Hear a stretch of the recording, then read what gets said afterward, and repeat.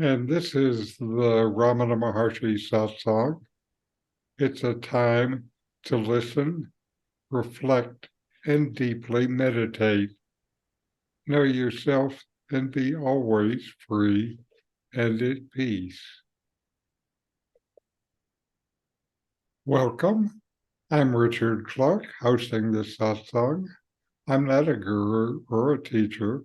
I love this teaching, so I want to share it. I'm reviewing and commenting on the book's Talks with Sri Ramana Maharshi. This week is Talk 136. Dr. G.H. Mies, a young Dutchman, was here for a few days. He asked Sri Bhagavan, I have an impression that in deep sleep, I have something akin to Samadhi. Is it so? The Maharshi responds, it is the waking I that asks the questions, not the I in sleep. If you attain the state of wakeful sleep, which is the same as Samadhi, while still awake, doubts will not arise. Samadhi is one's natural state. It is the undercurrent in all the three states. This, that is, I, is not in those states, but these states are in it. If we get Samadhi in our waking state, that will persist in deep sleep also. The distinction between consciousness and unconsciousness belongs to the realm of mind, which is transcended by the state of the real self. Then Mies asks, is the Buddhist view that there is no continuous entity answering to the ideas of the individual soul correct or not? Is this consistent with the Hindu notion of a reincarnating ego?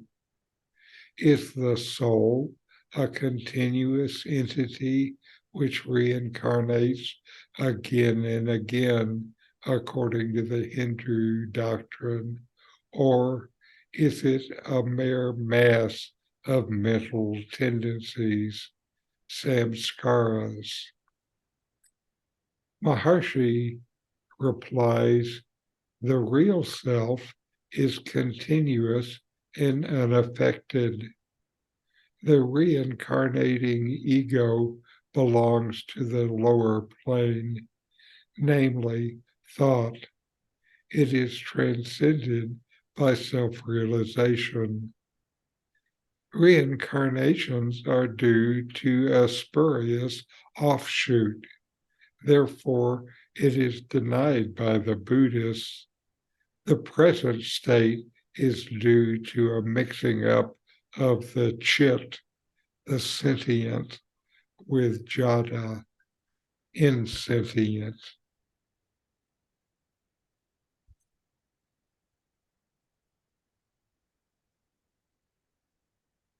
In this dialogue, a young Dutchman raises questions about the relationship between deep sleep and waking consciousness.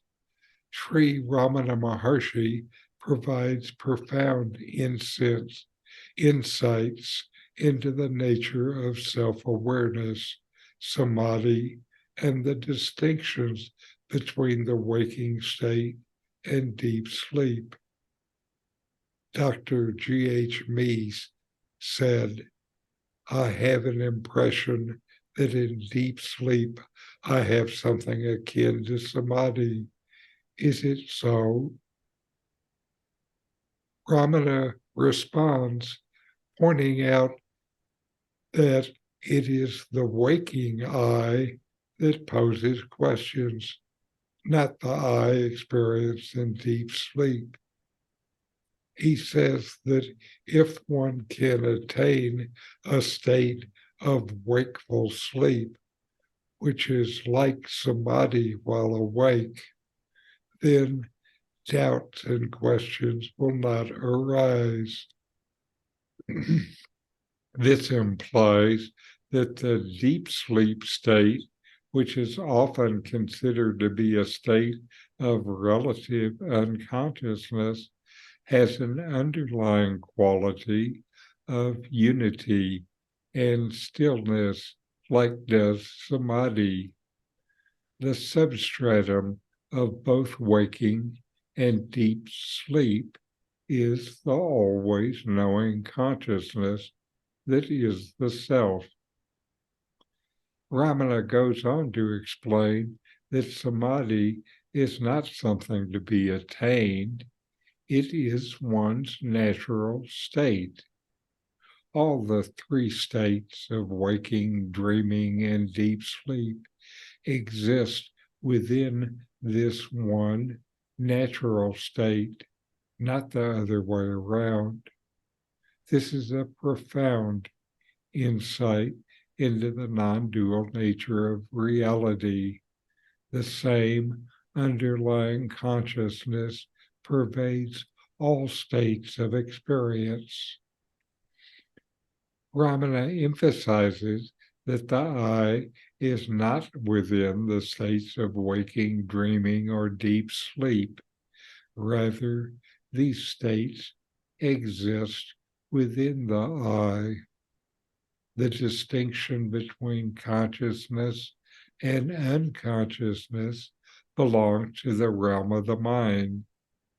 Advaita Vedanta says that the true self transcends the fluctuations of the mind. The mind is within that consciousness which you are. You are not the mind. Self-realization involves recognizing and abiding in this unchanging, non-dual awareness. The young man then raises a question about the Buddhist view of no continuous entity, anatta, and the Hindu notion of reincarnation. Ramana declares that the real self is continuous and unaffected, while the reincarnating ego belongs to the realm of thought, the domain of the ego. Ramana says that the belief in reincarnation comes from a mistaken identification with the ego, which is transient and subject to change. Ramana tells the young man that his present state, which is characterized by limited awareness and the sense of duality, is due to a mixing of chit, sentient consciousness, and jada, insentient matter. This mixing gives rise to the illusion of a separate entity, a separate ego, and the subsequent cycle of reincarnations. The Buddhists deny the concept of a continuous entity because they focus on the impermanent and illusory nature of the ego. This dialogue underscores the interconnectedness of different states of consciousness and emphasizes that samadhi, a state of profound unity and stillness, is not limited to deep sleep or meditative states alone. He invites us to explore our own direct experience and recognize the underlying thread of unchanging awareness that runs through all states. This dialogue also sheds light on the illusory nature of the ego and the significance of transcending the mind for self-realization. It encourages a deeper inquiry into the nature of reality and the self, to recognize that which is always present, now, and in all three states. So inquire, know yourself, and be always free and at peace. Now a talk from Nome, Beyond the States.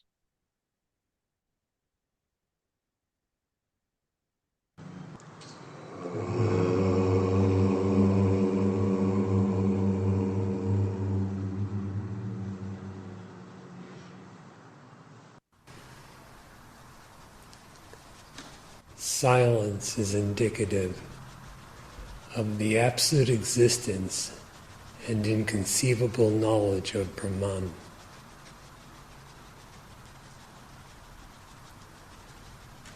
Brahman is existence, one's own very existence. One's own, not in the sense that it belongs to the jiva or individual, but that it is one's very being.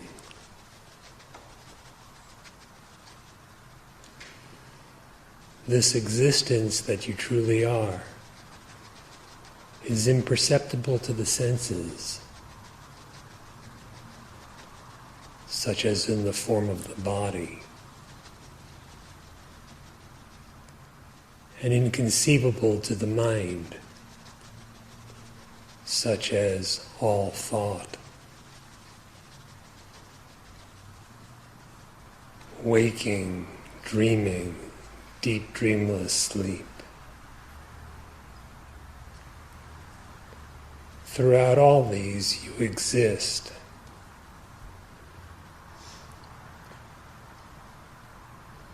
The content, and in the case of deep dreamless sleep, the absence of content of the mind keeps changing. Your existence, however, does not change.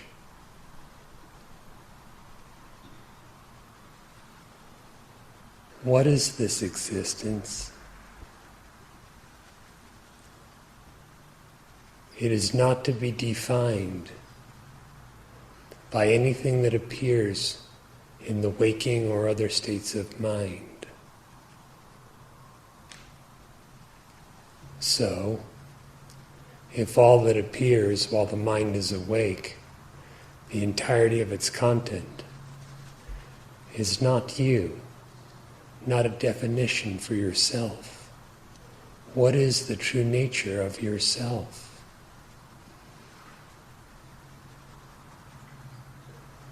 This very same holds true for the dreaming and deep dreamless sleep states.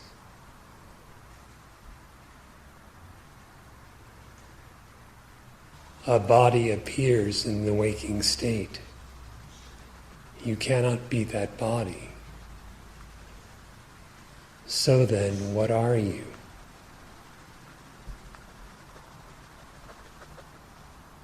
Whatever exists, whatever you are always and always exists. For existence will not cease to exist at any time. What exists and exists always is reality. What is not so is unreal all of the time.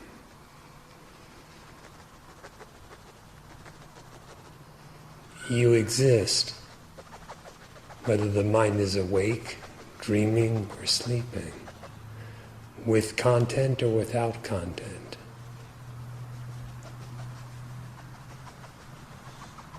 What is this beginningless and endless existence?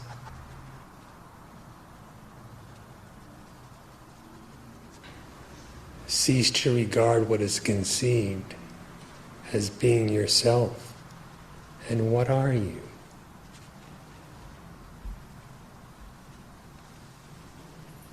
With the inconceivable, there can be no comparison, nor can there be any duality.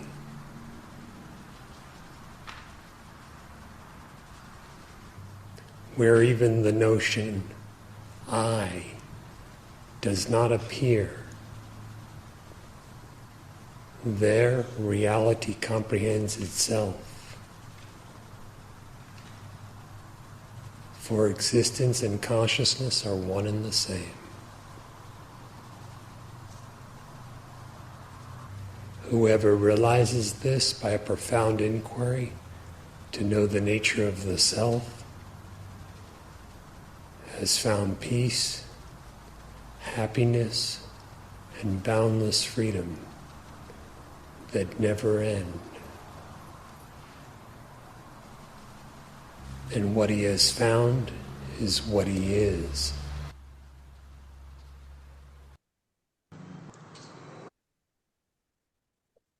All right. Now let's take a few minutes and inquire. Notice that you exist, and you know that you exist. How do you know you exist?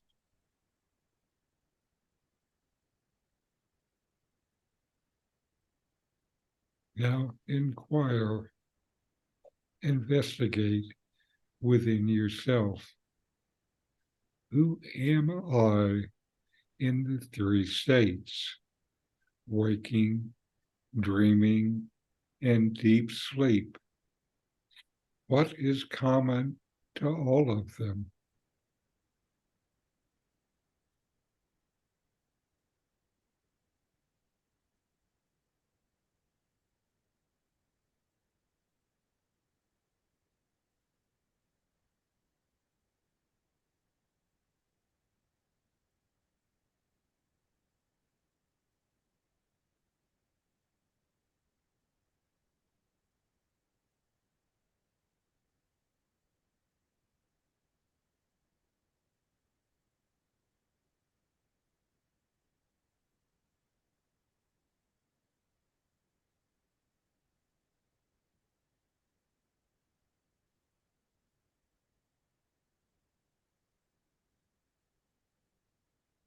Are you in the three states, or are they in you?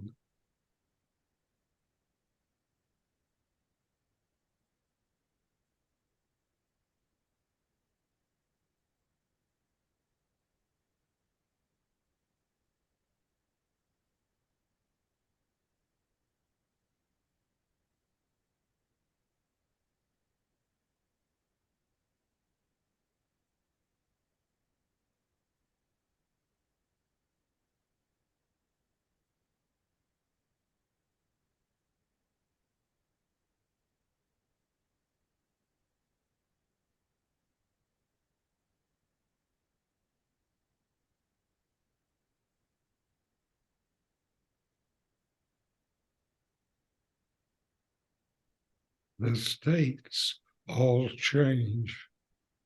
What within me is unchanging and always there?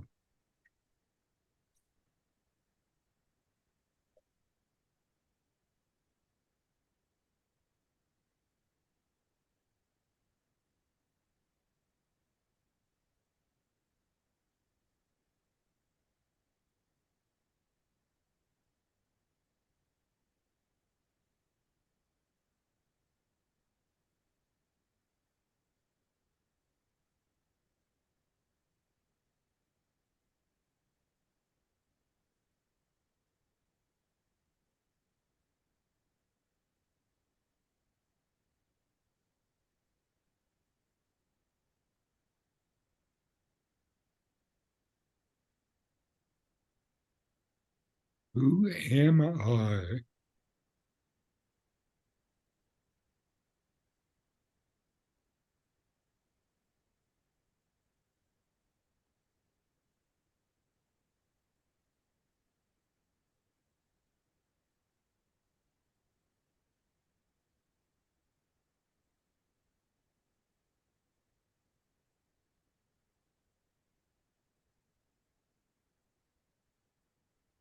What is the nature of my existence?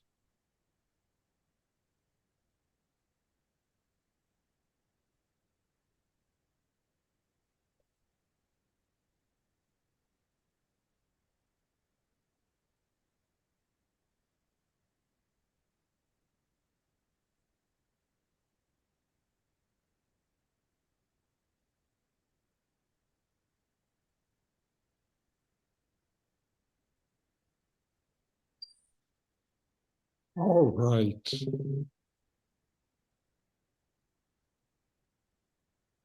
Now we'll close with a chant. Om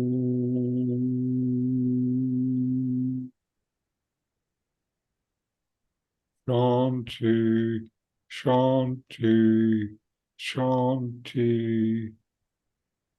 Om. Peace, peace, peace.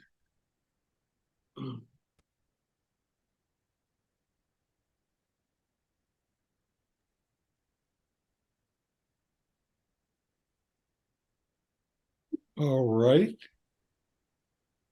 Questions or discussion?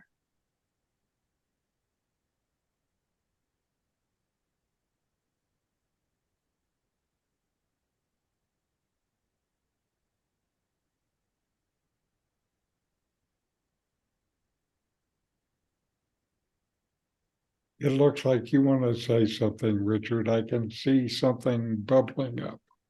Oh, no. It's just the silence of silence. Yes, That's the stillness of stillness. It's Arunachala. yes.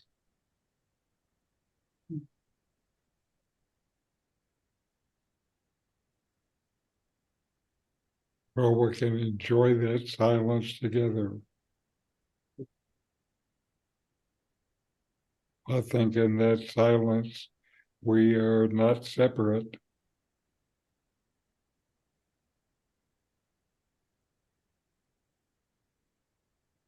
Only when the ego pops up, we start talking. Yep, yep.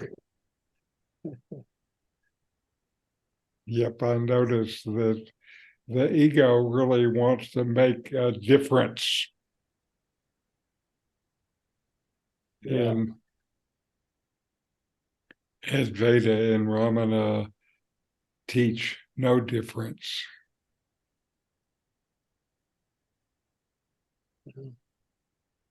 And you can only have no difference if there is no ego to create all the illusion of differences. Yeah, that's Ramana's message, to kill the ego. Yes, And that our nature is Arunachala itself, silence and stillness. and silence is where the ego never arose in the first place.